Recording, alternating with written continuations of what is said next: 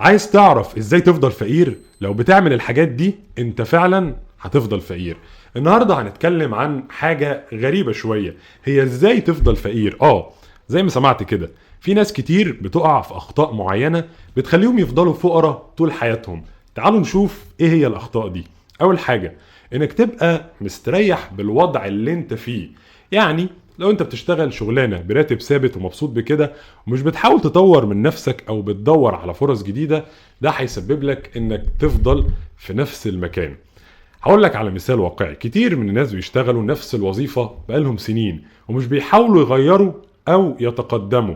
تاني حاجة، انك تفضل تصرف كل اللي بتكسبه ومش بتحوش حاجة خالص.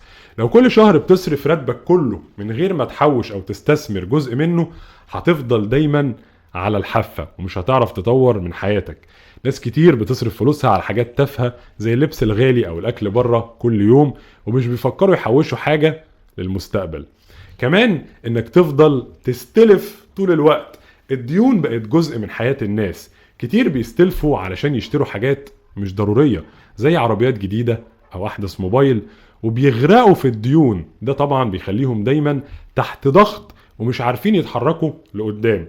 كمان حاجة مهمة، انك ما تتعلمش من اخطائك. لو كل مرة بتقع في نفس الغلط ومش بتحاول تتعلم منه، هتفضل دايما في نفس المشكلة. ناس كتير بتفشل في مشاريعهم لانهم ما بيتعلموش من اخطائهم السابقة، وده بيخليهم يعيدوا نفس الاخطاء كل مرة.